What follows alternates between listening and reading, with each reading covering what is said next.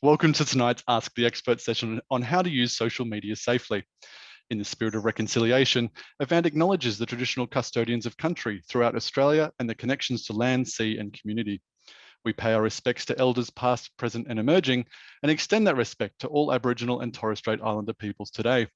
I'll now hand you over to tonight's moderator for this evening's webinar, Georgie Haysom, Head of Advocacy, Education and Research at Avant. Georgie. Fantastic. Thanks very much, Sterling, and welcome everybody. It's great that you can join us for this webinar this evening. I think that, you'll know that lots of people use social media, so we're excited to be able to present this to you today. Just to introduce our panel, firstly, we have Dr. Rebekah Zabo, who is an obstetrician and gynecologist, a medical educator, the co-host of a podcast, and an extensive Twitter user. So it's great to have Beck here today to give us her thoughts. We also have Dr. Amandeep Hansra. She's a GP and relevantly for tonight, the founder of the Creative Careers in Medicine Facebook group. Great to have you with us, Amandeep. And we have our two senior lawyers from Avant, Ruanne Brell and Madhavi Lingam, who are, Ruanne has done a lot of work on health law issues regarding social media, and Madhavi has acted for several doctors in tribunal matters involving the use of social media. So a fantastic panel this evening. I wanted to start by saying we have received a number of questions relating to online reviews and advertising. That's quite a big topic, and we do have a lot to get through in relation to social media generally. So we won't be talking in detail about advertising and online reviews, although I will ask some general questions at some stage just so that we can cover that off. All right, so let's get started. We might start with a poll question just to see generally what sort of platforms you're using for social media. So if Sterling, you can put that poll question up. A pretty simple question. So if you can choose them. Now, while we're waiting for those answers, I just wanted to ask Beck and Amandeep about how you use social media. So firstly, I'll ask you, Beck, how do you use social media? Good question. Thanks, Georgie, and thanks again, Avant, for having this webinar and me speak. So I primarily use Twitter now, having started in 2007 on Facebook, primarily because I was living overseas. So I've had Facebook app for a really long time, and that continues to be my main connection to friends and family overseas. And I use Twitter primarily to get my news, to consume medical literature, to have a community of practice and friends within healthcare and other circles, and also for health advocacy. I do also have an Instagram account, which is primarily for personal use, and LinkedIn. I've stayed away from TikTok for the moment. And I use a number of other social media platforms, including WhatsApp and that type of thing for communication. Wow, great. I don't know how you must fit that all in with your practice as well, Beck. And Amandeep, can you just let us know how you use social media? What platforms? Thanks, Georgie. And first of all, thank you for having me. So like Beck, I was on Facebook very early on and used it really as a way to personally share, pictures of my kids and with family internationally. But I have to say, unlike Beck, I'm still a Facebook user, avid user, both professionally and privately. But it's probably become more of a professional platform for me in running the Creative Careers in Medicine organisation. And it's been interesting to kind of interact with doctors and realising that many of them do still congregate around Facebook. I do have accounts with every other social media platform there on the list. Some of them are because I have children and I have to monitor their behaviour on things like TikTok, but I do use Instagram. I use LinkedIn a lot professionally, which I don't think a lot of doctors do, but LinkedIn and Facebook really for professional, and Instagram probably more personally. But yeah, I'm across all the platforms, but for different roles that I need them to play. Great, thanks, Amandeep. And Sterling, if we can have the results of the poll, let's see what our audience is using. Okie doke. So we've got 51% using Facebook. So there you go, Amandeep. There's quite a few people using Facebook, as you mentioned. A few people using LinkedIn, 21%, 16% using Twitter, so they're there with you, Beck. 2% using TikTok, so there are some TikTok users, Instagram, and quite a few people not using anything, 30% not using anything. So interesting stats. Thanks very much for that. That's great. Okay, so the way we're going to run it tonight is we're basically going to split the conversation into two. Sometimes it's a little hard to do that. There's a bit of blurring between the two. But firstly, we're going to deal with professional use, and then we're going to go into perhaps the more controversial stuff, which is around what you can do in terms of expressing your own personal opinions using social media. So let's just jump in. I'm going to ask again, give Beck and Amandeep a chance to talk to us about some of the benefits that you see with social media. Beck, I think we're going to ask you particularly around learning and advocacy, health advocacy. Can you talk us through that? Yeah, sure. So I think the first thing to say is from a learning point of view, I really think that social media and Twitter in particular removes a lot of hierarchy and also silos. So for me, I have learned a tremendous amount, and that includes not just within my own field of obstetrics and gynecology or medical education, but from other specialties within medicine and also nursing, allied health, pharmacy, midwifery, and other areas that interconnect, and get to learn stuff that I might not see in any other way.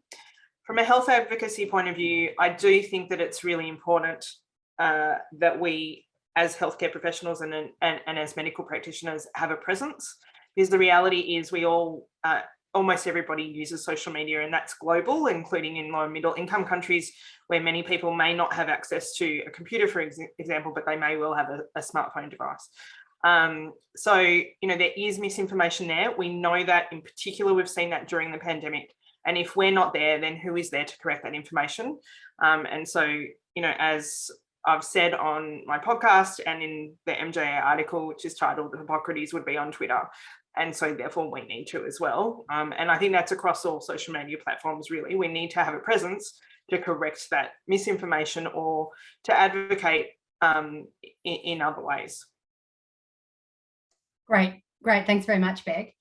And Amandeep, I think you've got some thoughts also from your perspective as to what are the benefits of social media. Yeah, look, Georgie, I agree with Beck. I think education and that sort of exposure to other specialty areas and your peers is really one of the great benefits of social media. I've been able to build a community online, and that community would not exist if we didn't have social media, really. It started off, my community as a face-to-face sort of a group of people, but, obviously we're all over the country, and initially we were doing a lot of physical meetups, and to be able to turn that online, especially during the pandemic when none of us could travel, has been incredibly supportive for people in that group. And we get a lot of people come to us who are quite distressed, are going through some difficult times, and for them to be able to share their experiences with other people who might also have experienced it but be sitting on the other side of the country, that's really been the benefit and the power of having an online social community. So I think building that connectedness with your peers, being able to go there for support, and we found for particular people in rural areas who may not have other doctors in the community that they can debrief to, being able to share amongst a group of peers online has been one of the benefits for them. Obviously we'll talk about some of the challenges with that, but it certainly has been a source of support. So we found great benefit in being able to deliver, like Beck said, education, support, networking, and really building communities as huge benefits for social media. Thanks, Amandeep. It's a really good point, and that's the point, I think, of social media, isn't it? It's supposed to be connecting people and bringing them together. So there's lots of benefits to that, and we can probably speak a bit more about that later. I just wanted to mention one of the comments that we got, which of course the audience won't see, but someone said apparently there's a worldwide pandemic of tics among children and adolescents because TikTok is thought to be involved in sharing videos of interesting tics. So I don't know what you think about that, Amandeep. What do you say about that? Oh God, the stuff that comes off TikTok when I see my children pick up things, I would not be surprised, you know, when they talk about things going viral, it is often, you know, TikTok or, you know, Snapchat, one of those, you know, so I'm not surprised. We could probably do a lot of research into what TikTok has done to our children, but yeah, that's fascinating. Hadn't really heard about that one. I'd love to know also, while we're just, since we're speaking about TikTok, whoever's said that they were the people who were using TikTok, feel free to pop into the chat for our benefit, you know, how you use TikTok in your professional life. Perhaps you use it in your personal life as well. So there's some great benefits for those of you who don't use social media. There's some great benefits that Beck and Amandeep have spoken about. But of course, we're here from Avant. So of course, we've got to talk about some of the medico-legal risks associated with using social media. So I'm going to turn to Ruan. Oh, actually, before I do, I'm going to ask Beck one more question. We did get a question from one of our audience saying, do you have to have a social media presence? You know, is it of use for everybody? I think the first thing is it would be naive to think you have no social media presence. Everybody has a social media presence or a footprint. If you've Googled something, you have a footprint. But no, you don't have to have a social media presence. I think the key is really asking yourself, why would you have one, or why do you want one to be there? But I think it's voluntary. I get a lot of value out of it personally. But I know a number of people for whom it either would be very stressful or an added burden or just something they're not interested in. And that's fine. Thank you. All right, so now I'll get to the risky stuff, Ruan. I'm going to ask you about some of the medico-legal risks. I think the first one, and a couple of our people in the audience have mentioned this on our chat, privacy and security. Let's talk through that. Yeah. Thanks, Georgie. So there's obviously a couple of issues there, and let's pick up the privacy aspects first. One of the questions that's come through is commenting on concerns about particular different platforms, and increasingly the preference to use maybe some of the newer platforms that have been developed with privacy and security settings more in mind. I think the two that were mentioned that came through in the comment were Telegram and Slack. And certainly earlier this year, although I've lost a bit of track of time this year, when the changes and the ownership of WhatsApp changed, we saw a lot of comments coming through with people shifting to platforms like Signal and Telegram as well. So I suppose, you know, whether they're messaging apps and whether they're broadly social media, it's obviously a really big category. But what that does pick up is some of those privacy considerations. So firstly, the information about yourself that you were putting out there into the world, and how comfortable you are with that, given that at some point your professional and your personal identities or profiles are likely to be linked. And then also just considering the security aspects, such as how the platform might be set up, how your device might be set up, and really ensuring that you're comfortable with that before you put up any information on there. And privacy naturally leads into confidentiality issues, which apply to the information you're putting up about patients, be it in a medical record or certainly obviously on social media. And so if you are posting any information about a patient, you need to consider the confidentiality aspects of that. So always seek consent if you want to post on social media, even if you think that you can de-identify the information, because we've seen lots of situations where re-identification has occurred by pieces of information being joined together. So it's really important to consider, you know, just to close off consent, document it, and then, you know, post if it's appropriate. Thanks, Ruan. So that answers the question that we received saying, you know, can sharing a de-identified clinical case on social media give rise to any legal issues later? And I think the short answer from what you said is yes, it can. Can I ask you about, there's another actually question before I go on. What about being friends on Facebook with patients? What are the implications of that? I wonder, should I ask you that question, Ruan? Yeah, so look, from a medico-legal point of view, and I suppose that concept of friending patients or being friended by patients has changed a little bit as some of the other platforms have come on the horizon. And so essentially what we say is, look, depending again on how you're using the platform, just think about whether or not that's a boundary. If you're on something like Facebook entirely personally, then actually accepting a friend request or sending a friend request for a patient may not be appropriate because you're sharing a lot about you and your personal life that may not be appropriate. It also can sometimes mean that patients suddenly start sending you clinical questions via Facebook Messenger, and that's not the place to be dealing with those issues. On the other hand, if you've got an Instagram account or you're on Twitter and you are followed by people you know as patients, then that's not necessarily a problem professionally, because that's why you're there, and everything you're posting out there, as Becca said, is public. So whether or not you're being directly followed by a patient or not is not going to change the way you interact on that platform. So it's really just asking yourself how you might be using that information, what information you might be putting out there, and whether or not in the context of your presence on that particular platform is going to be appropriate. Thanks, Roanne. I'm going to ask you another question, but I just thought I'd mention a couple of things that people have put in the chat about how they use social media and TikTok. So one of our participants has said that his patients use TikTok to talk about the availability of inpatient beds in a local area. So adolescent psychiatric patients use TikTok to share that information, which is a great benefit. Another one of our participants uses social media to get news from home. She comes from an overseas country and gets news from home. So some great benefits to using social media. Ruanne, I think you wanted to talk about what the Code of Conduct says about that is supportive of your role in using social media here. Yeah, and I think it's really important, I suppose, firstly, to note that the Code of Conduct does address it. So if anyone out there hasn't read the Code of Conduct, we'd really encourage you to jump on the Medical Board's website and have a read of the Code of Conduct. Particularly when we're talking about public comment, Section 2.2 addresses this and basically says that you're entitled to have your personal views and you're entitled to hold and express those views. But before you do something, before you have those views and express them on social media, just have a think about how that reflects on your role as a doctor, the impact on the role of the medical profession as a whole, and issues such as access to patient care. So if you post a comment that might make someone feel like they can't access a particular service or they're not going to be treated in an appropriate way, then that might be something that is not appropriate for social media.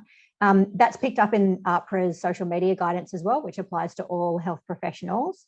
And the Code of Conduct also talks about the positives, so health advocacy, promoting the health of the community. And those are really important ways that we've seen that social media can be used in promoting those messages and getting those messages out there. Thank you. Thanks, Ruanne. I'm sort of hesitating slightly to respond to the adolescent psychiatric bed, because apparently actually what was meant was an inappropriate use of beds, wanting admissions together with other people that they've met during their admissions. So that's maybe a different sort of social media use than one we had thought of. So thank you for that clarification. So I'm going to ask you two more questions, Ruanne, and then I'm going to share the stage with the others. Just in relation to online reviews and advertising, we said we'd deal with it very quickly. Can you use social media for advertising? Simple answer is yes. So social media is included in the definition of advertising, where social media is being used to promote a regulated health service, which is what the advertising law in the national law and the guidelines are about. So if you want to use social media as part of your advertising, it's just being aware of how you're doing that.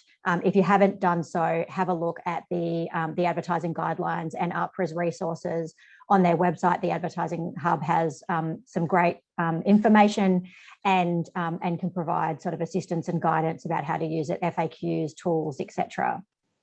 Okay, and online reviews. Yes, so online reviews and how to manage them. Look, this basically comes down to the nature of the review and the comments and why you might be concerned about it. So it's going to be quite specific to the circumstance, and through the Medico Legal Advisory Service, we do assist our members in considering whether or not they want to respond, how to take down comments and those sorts of things. And we have a fact sheet on our website, which we can post the link up in the chat to that, just talking about some of those issues. But some of it is platform dependent, so always reach out and get advice if you'd like to. Fantastic. Thank you very much.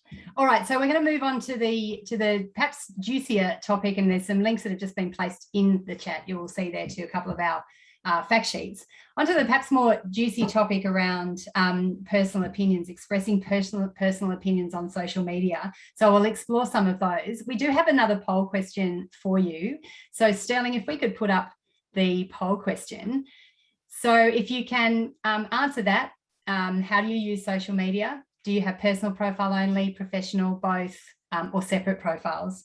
And while we're waiting for that, I'm going to ask Beck, do you have separate accounts? How do you manage this?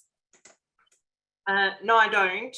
I once upon a time did. So I started on Twitter a long time ago now. I think it's 13 years. And I did have a private practice at one point and initially started to have a separate account for that, and then very quickly dropped it. And really, you know, it's the acceptance that I'm Dr. Rebekah Zabo and Rebekah Zabo, or Beck Zabo, or Inquisitive Guyn, which is my Twitter handle, and Instagram and all the rest of it.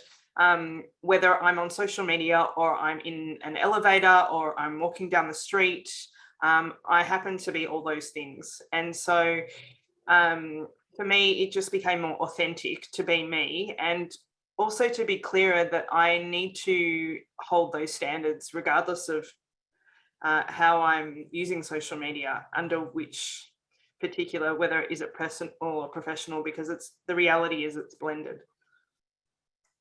Great, thank you. And Amandeep, what about you? Yeah, look, I'm probably not as smart as Beck. I've been trying to navigate the line of having professional and personal profiles, and it has been challenging because, you know, as Beck said, you know, you're the same person, and it's not that I post different sort of views on either of those, but one is really for family and friends and sharing, you know, like my kids, and I'm sure on a professional level they may not want to see my children in all of my posts. So I've kind of kept those separate, but in terms of what I post, when it comes to anything that might impact, you know, my work, sort of my role as a doctor, when I'm posting personally, I still think about that. I still post with the idea that I'm still one and the same, and anything that I put on here, you know, if it makes any of my patients who might inadvertently see it feel unsafe or unable to access me, you know, I would not put that up. So I still think, you know, with the one brain, but I'm still a little bit, you know, trying to do both camps. But I think eventually, like Beck, I will probably end up amalgamating those at some point. Thank you. So let's just have a look at the poll results if we can, Sterling. So 62% have personal profiles only, 8% professional only, both under one profile, 8%, and 23% both as separate profiles and for personal and professional. So I'm going to ask you, I'm going to bring Madhavi into this now. I've got a question for you. So I have a Facebook account solely for social purposes with a first name and not a surname. What tips do you have for me? I suppose this raises a broader question about whether you can do that. So what's the story? So the starting point, Georgie, is that the way that the medical board and the courts have viewed this question is they see the doctor and the personal person as one thing. So you're John Smith and Dr. John Smith at the same time. So that's the starting point. Now, you can do all of those tricks, which I think I do as well with my Instagram handle and Facebook. I like to be very private. But at the end of the day, if you've got a different name, but everyone knows that that's you, I don't think that that's going to really protect you, unfortunately. So I guess it doesn't matter if you're posting in your professional or personal sort of life, you're still, from the board's perspective, you're the one and the same person, right? Yeah. So even if you don't have that doctor title on your Facebook page, it doesn't matter. You're still recognised as being a doctor by the medical board. Yeah, thank you. Now, one question we've had quite a bit is around the issue of freedom of speech. So, you know, what is the position in Australia? Another one for you, Madhavi. What's the position in Australia around freedom of speech? Is there a right to free speech in this country? It's a good question. Took me back to constitutional law days. We don't have a Bill of Rights, so we don't have this express right to freedom of speech. There was a question about whether we have a constitutional implied right to political speech. What the cases seem to suggest is that whether there is a right, it's not an unfettered right. So there are limitations on it, is the simple answer to your question. Yeah, and there are, I think, limits on people's ability to express their own personal opinion in lots of areas. Yes. Of lots of professions. So it's not just something that happens with the medical profession. Can you tell me about your experience from being a lawyer, Madhavi? Yeah, so even back in the days of working in private law firms, there were strict guidelines about maintaining client legal professional privilege and wanting to make sure that information wasn't inadvertently shared across, say, email or social media platforms. You also had to be mindful if, for instance, you were acting for, say, high-profile clients like government departments or particular personalities, that you weren't saying something on social media that might somehow make a client feel like you're not acting in their best interest, or that you might be somehow harming their reputation. And the other thing, I think, to mention the other word of defamation comes to mind as well, because you don't want to be putting out something about a particular person and then they feel that they've been so wronged and that their reputation has been harmed. Thanks, Madhavi. Now, Ruan, I'm going to ask you, what's the Avant position on this? Yeah, thanks, Georgie. So look, Avant, and we actually have a position statement on our website that confirms this, but at Avant, we obviously agree with the principle of freedom of speech, but acknowledge the limitations that Madhavi's just referred to, and that these apply in all sorts of different legal contexts to all sorts of different professions. Our position is that doctors are required to comply with the Code of Conduct and act in a way that maintains the principles of that about public confidence and trust in the profession. So it's certainly about, supporting our members and also supporting them if they do find themselves being investigated or ask questions about their conduct. Obviously, we would, assist them within the terms and conditions of their policy.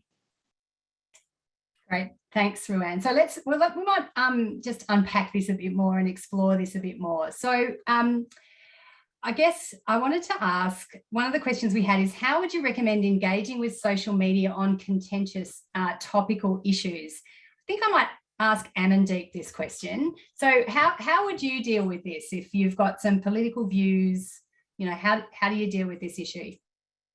Yeah, look, that's a good one, Georgie. And I think it's quite unique to the individual's situation. And I think, Beck can probably talk to this as well, but it's important to remember who you are, who you work for, who's your employer, who's your patient base. And so every time I go to put something out there, I always think with all my different hats on and think, how will this come across to, the various organizations that I work for or represent?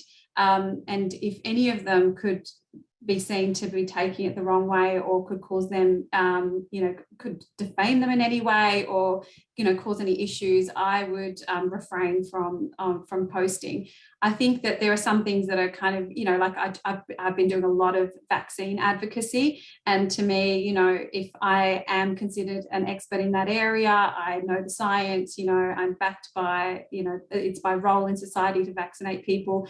I feel like I'm quite qualified to take a position on that. But if it's outside of my area, or if I think I'm going to cause any harm to the people that see me as patients, that see me or any of my employers, then I think twice about it. And obviously you can always get advice, from your MDO as well. And I think that's, a really good place to start if you're thinking, well, I always think if you're on the fence, you shouldn't do it really, to be honest. If you have to think about it, you probably shouldn't be doing it. But yeah, I'd be interested to see, because I think Twitter is probably more of an active space for that, how Beck sort of approaches it.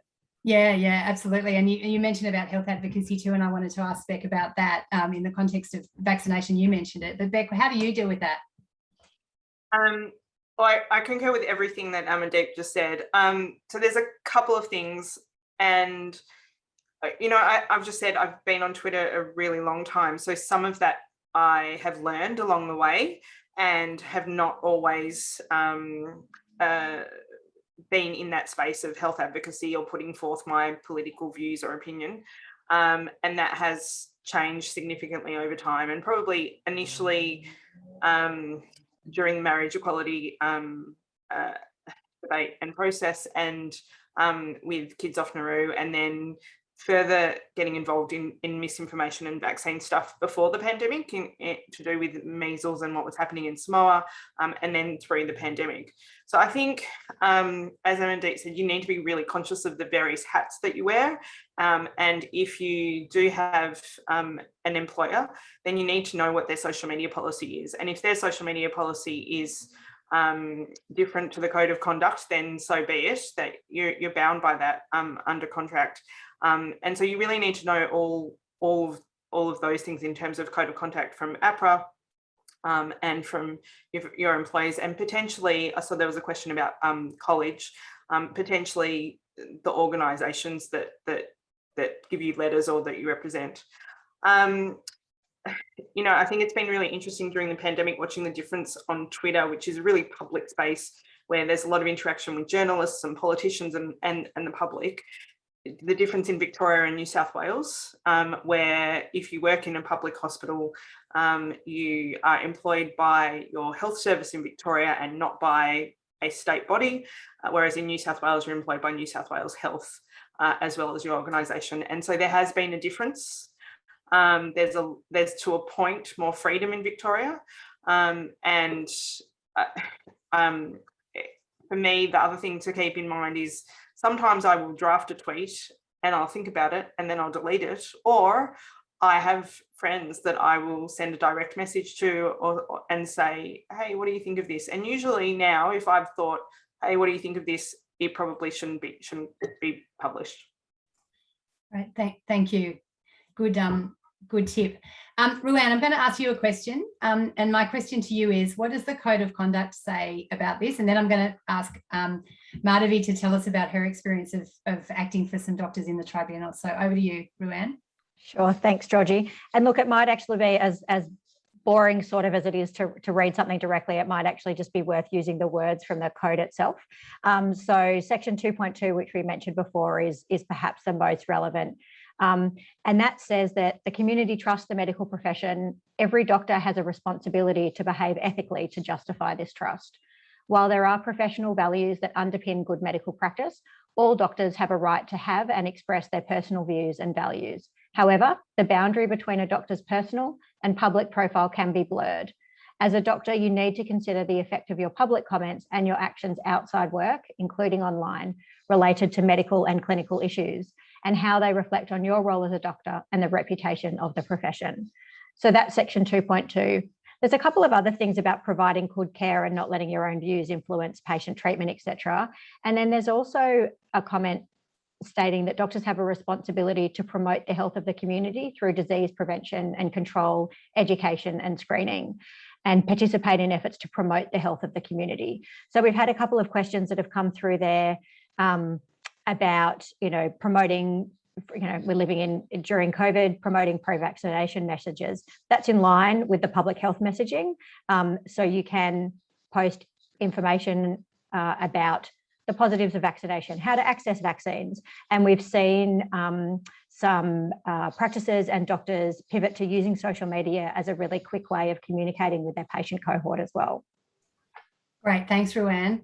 Okay, Madhavi, now we get your turn to tell us what the tribunal said in some of the cases where they've looked at doctors who have been found to have breached the code of conduct. So what does the tribunal say? Yeah, it's really interesting, and just picking up from what Ruan said, I think the starting point really is that I want to emphasize we're not here to tell you what you can and can't say on social media, and we're certainly not suggesting that only people with a certain viewpoint can express themselves on social media. That idea has really been picked up by the board and the tribunal cases as well.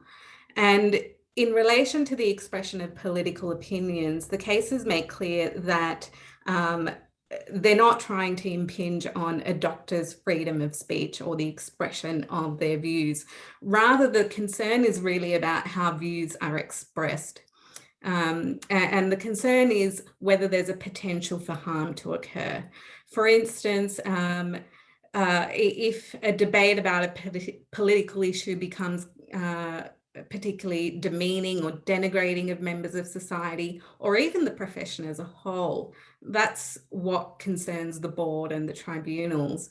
And the reason why it's of concern and why there's a potential for harm is because it's the perception in the public that, gosh, if my doctor thinks this, then is it safe for me to go and seek medical treatment from this particular doctor? Or is it safe for me to go to a particular hospital if they have these views about a certain section of society?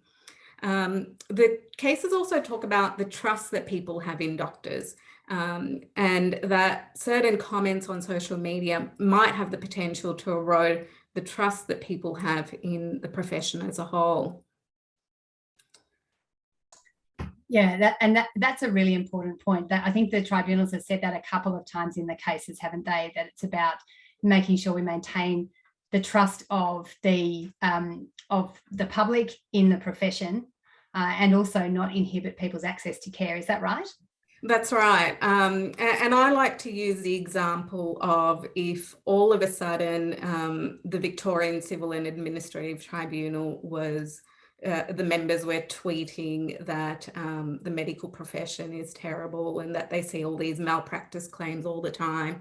I think users of the tribunal would lose faith that they would be able to receive impartial justice and that they would be treated with fairness. And I think that's the potential harm that we're talking about in relation to perception amongst the public. Yeah, absolutely.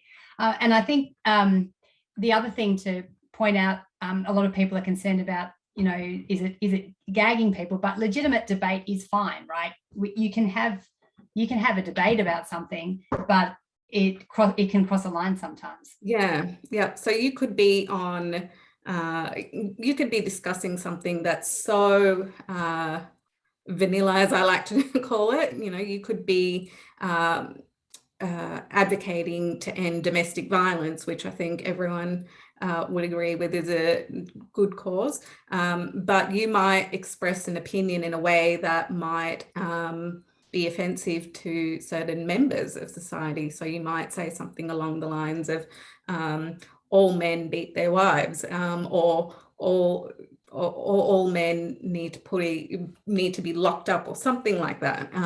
You know, something that's denigrating and demeaning is where people get caught out. Yeah, that's right. So Ruanne, I wanted to ask you, thanks Madhavi, I wanted to ask you, Beck referred to this before, and then we've had a couple of questions about it, which is around the consequences for the other consequences that might happen. Employment type consequences is what we're thinking of. Yeah, sure. Thanks, Georgie. And we've had a few questions come through about you know, how you might be able to deal with commenting on social media, given who you might be employed by. I think that the most important thing, the most important thing to be aware of is that your employer, particularly if you work for a state health department or public hospital, and the nature of that body may change depending on where you're listening to us from, but it's important to have a think about whether or not they have a social media policy, or it might also be contained in a code of conduct, and have a look at what that says about it. So in New South Wales, where I practice from, the New South Wales Health Code of Conduct talks about not bringing your employer into disrepute, and that would be New South Wales Health, the local health district, or the hospital itself.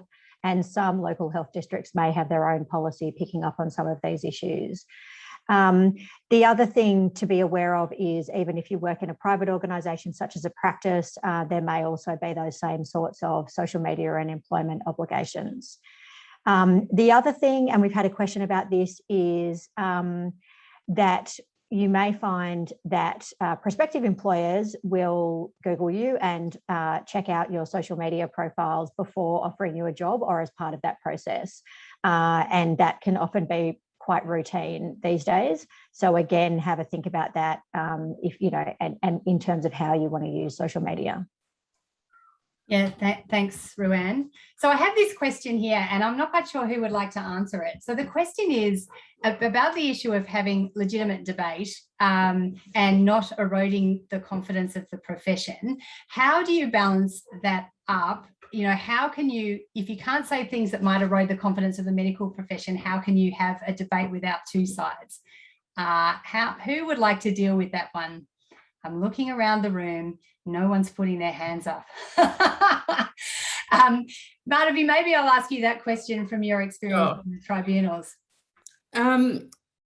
Look, I like to think that we should live in a society where we have legitimate debate. You know, there was a time years and years ago where vaccines were considered to be really unsafe, and look where we are today.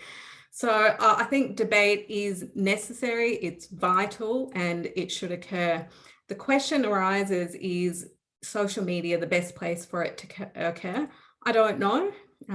That's my personal view.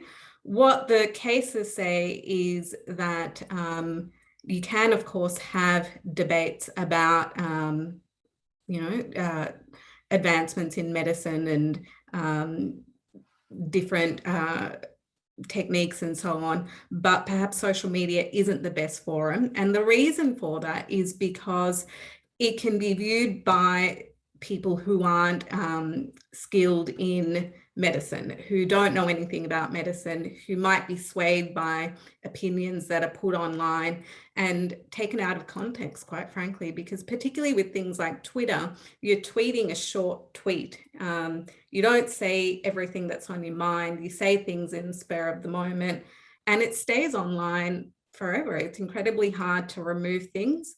It's incredibly hard to keep things private, or, you know, even though you might have really private settings, people can take screenshots, people can then share those screenshots and so on.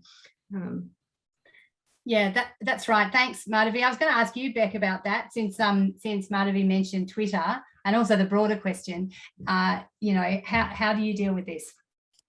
Well, probably people couldn't see me at that point in time, but I was kind of squirming and had a particular look on my face, because I hear what Madhavi's saying, but I think that's a relative, and please don't take this the wrong way, but I think that's the old way of looking at it. I think one of the reasons we're here tonight is to talk about that. It's we kind of need to be there, but we need to be there safely. And so yes, Twitter can be taken out of context, as can a text message, as can a flippant comment, as can someone overhearing a conversation in an elevator or in a cafe, or taking a screenshot of a text or an email or forwarding it on, including from Signal and Telegram and WhatsApp and some of those other supposedly private sources. So I am very aware that a tweet is short. And so for me, I add context and nuance in other ways, because unlike how we're just talking now and you can see my face and get some other subtle types of non-verbal language. So I use emojis, I use GIFs, I use photographs, often to convey what the tone might be. And equally, if it is something that is potentially contentious or is around debate, then I may well do a thread rather than a single tweet. So you can have a longer piece of text or messaging there. So I think it is being aware of how that can be used, and can be used quite powerfully and safely, because I think the days of just don't do it are over, which is why we're having this webinar. But I think it's really naive if people do think, I've put that thing there, and now 5 minutes later I've deleted it, so no one's seen it or it's gone. Once it's there, it's there. But as I said, I think that's true of anything, whether it's speech or an email or any other type of communication. Yeah, Thanks, go for it. I'm just going to add to Beck's comment. I find that often the sort of contentious comments that people make are often when they're kind of in a debate with somebody, and it happens really quickly in time. And I often find this when there's like Facebook posts and then people get quite heated and then there's lots of comments underneath. So my suggestion to people is always to not post straight away. Like if you write it, and as Beck had mentioned with some of the tweets, and sit on it and think about it before you press that enter sign, because you often find that people will press it and then they'll sort of stimulate a whole raft of responses underneath where people go, I can't believe you said that. And it will get, kind of, and then the person goes, that's not actually what I meant. And they try to clarify it. Problem is it's already out there. You've already, and as we've all mentioned tonight, it can be screenshotted, it can be shared, someone else has viewed it and doesn't come back to view your correction, and they believe that's what you actually meant.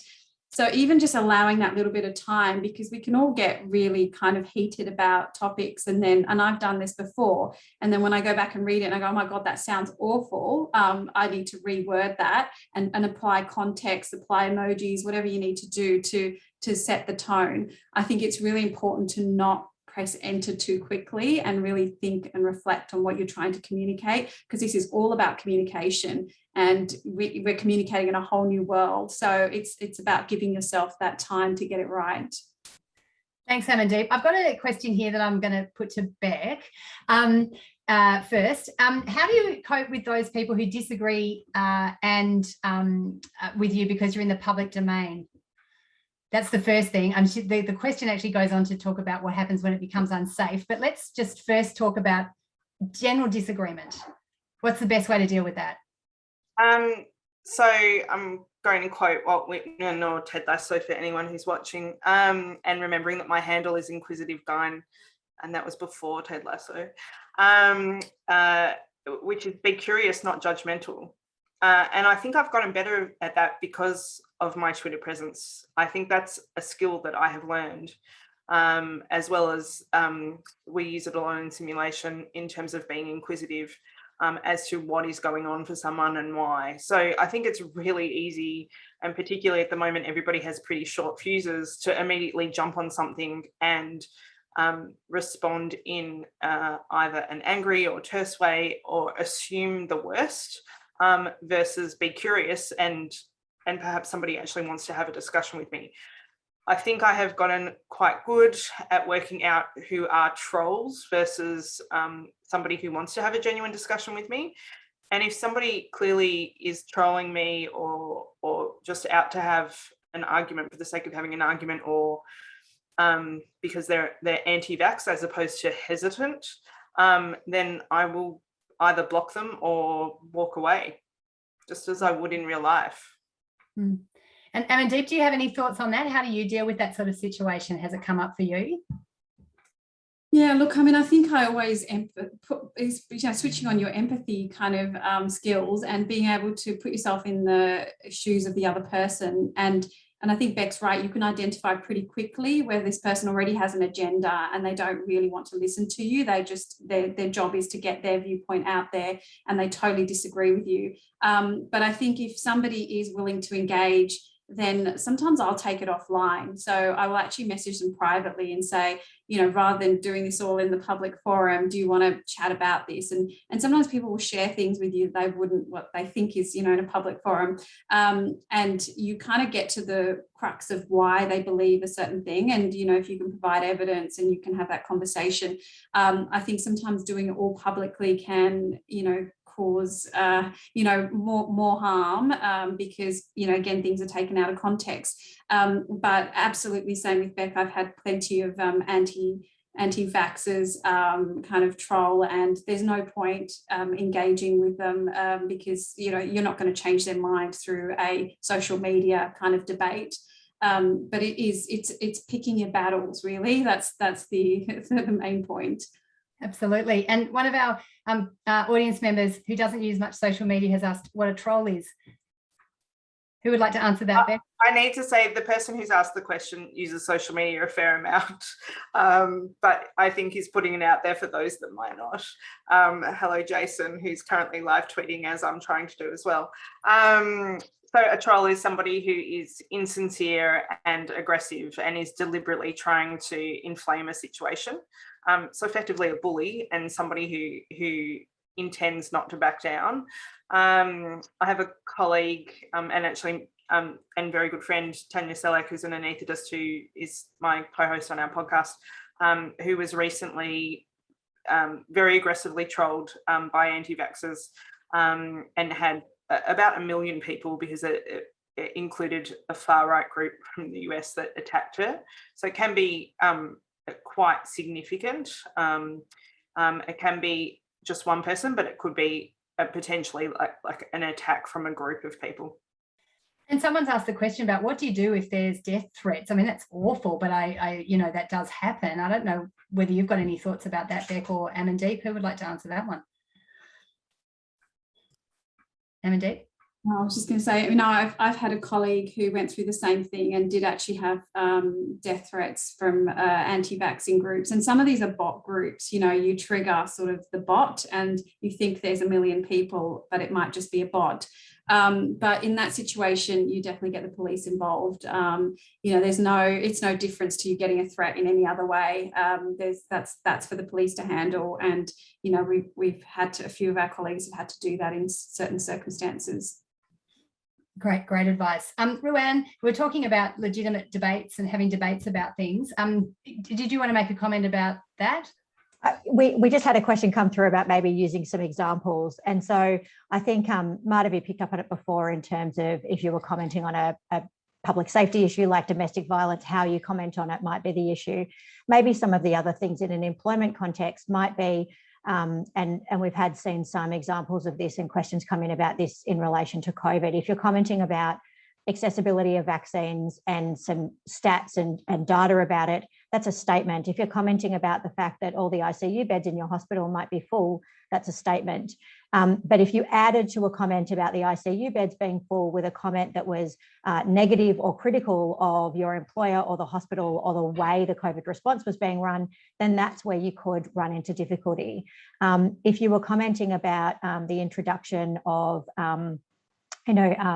we've seen recently across some of the states and territories in Australia, a comment about voluntary assisting dying laws coming in those states and territories, and expressed a view one way or the other about it.